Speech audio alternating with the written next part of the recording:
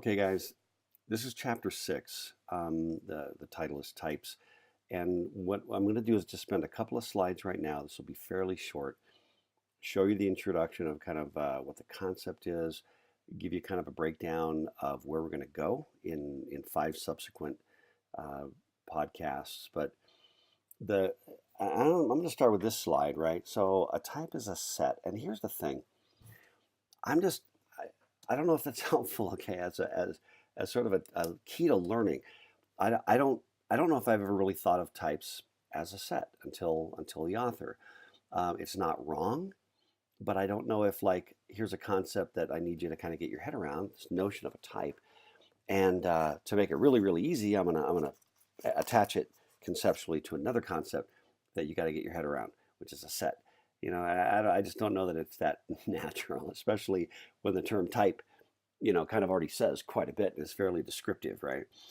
But the concept is, and so let me start with a set thing, and then I'll try to give a little bit more intuition about it. The concept is, from a set perspective, is the type says that there are certain kinds of values that this typed thing can be. So if it's an integer type, it can be integers. If it's a character type, it can be characters. Well, conceptually, maybe that's where it comes from, but the truth is that there are certain values you can put into a character, namely the numbers from 00 to FF in an 8-bit character, right?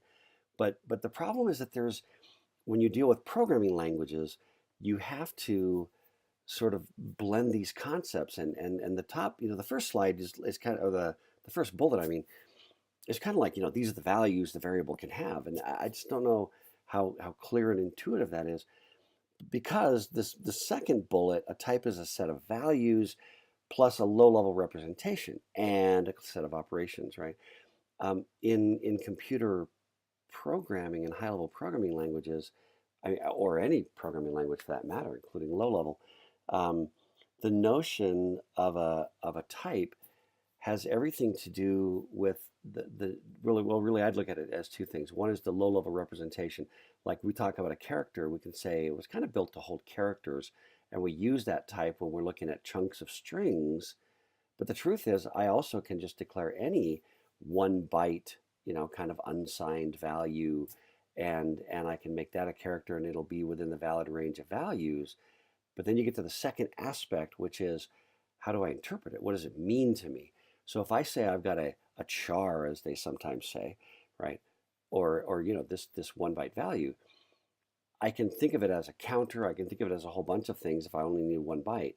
But as soon as I say character, I start to think of ASCII characters, and so there's kind of a blend that I think that it's important and valuable for you guys to kind of grasp, a blend between um, the broad concept conceptually of what's in these sets. These are integers, or these are characters, or these are strings of characters.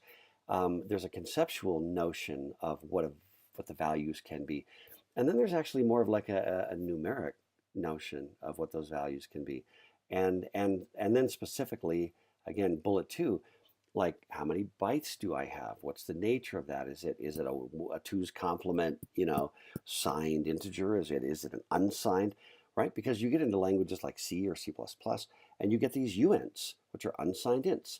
Well, it's one thing to call something like character, or making my own types and calling them students and things like that. It's another thing when my type is called like uint16. Oh gosh, I wonder what that is. Perhaps it's an unsigned integer with 16 bits, right? You see what I mean?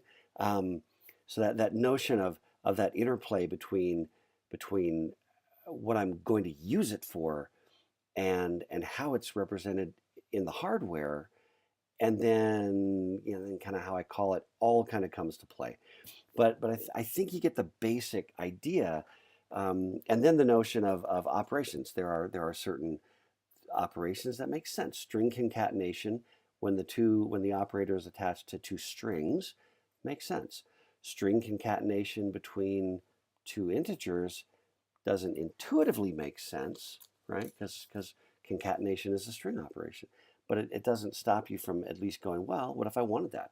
What if I took a string and had a plus, which was an overloaded operator that would do string concatenation. And then I would like, say, there's a string plus 5, and then it takes the 5, converts it to a string, and then concats. Possible, right? And so the notion of a collection of operations that can be applied to those values is a bit of a spongy concept, um, especially because of kind of polymorphism, which loosely has to do with this idea that, well, I don't care what the type is, I can do all kinds of stuff, but the key is we have to agree.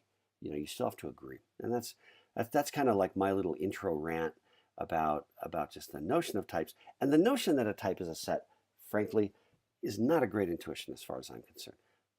Dr. K's opinion. Um, and then today, that's what the slide says today, but in chapter 6, a tour of types, okay? And the difficulty, frankly, in talking about types in this kind of a context, I told you in class about my teacher who used to say, "Oh, here's an interesting thing. Oh, here's an interesting thing." It really does run a risk of starting to feel like that. And I'm going to try as much as I can to try to tie it back to broader concepts, why you should care, how it all connects. Even though we do have to go through a bunch of, oh, here's an interesting thing, okay? Um, Now, again, the author, if you check out bullet 3, right, most of the ways that you construct a set in math is also how you construct a type in a programming language. And again, I'm really sorry, but maybe that works for you, but it doesn't work for me. That intuition doesn't really tell me a ton um, of what I want to, of how I want to think about that, right? I think I don't know. I just don't know that that helps, right? So I'm going to try to go more or less without that, with a few references back to the notion of sets, because I just don't think of the world as sets, right? And I doubt you do as well. But again, the lecture is kind of organized around that connection between constructing sets and constructing types. So we'll give a little lip service, right?